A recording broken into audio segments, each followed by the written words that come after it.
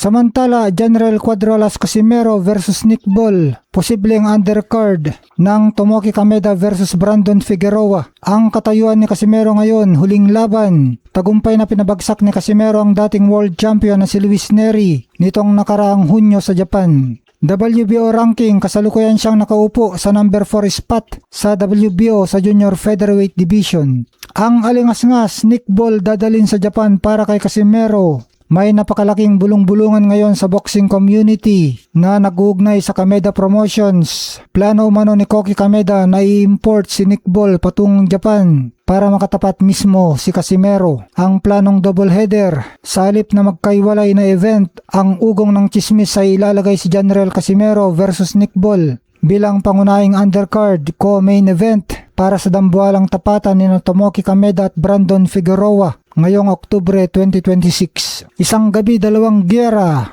Kung magkakatotoo ito, ganito ang magiging itsura ng fight card na garantisadong yayanig sa buong mundo ng boxing. Co-main event, undercard, General Casimero versus Nick Ball. Isang brutal na salpukan ng dalawang walang takot na brawler. Main event, Tomoki Kameda versus Brandon Figueroa para sa WBA Featherweight Championship. Bakit ito ang pinakamabilis na daan kay Naoya Inoue? Kung si Nick Ball na kilalang matatag na manlalaban at katatapos lang lumaban para sa WBA World Title, ang tatalunin ni Casimero sa isang gabi kung saan nanonood ang buong Japan, mawawalan na ng dahilan si Naoya the Monster Inoue na iwasan ang ating pambato. Ang pagkapanalo kay Ball sa ilalim ng ganito kalaking event ay magbibigay kay Cuadrolas ng napakalaking kredibilidad sa 126 pounds. Ang hamon sa timbang dahil si Nick Ball ay isang natural na featherweight 126 pounds at si Casimero naman ay nagpipilit sa 122 pounds. Malaki ang tsansa na magkasundo sila sa isang catchweight, halimbawa ay 124 pounds, para maging patas at matuloy ang kanilang dambuhalang tapatan sa undercard. Ang hatol,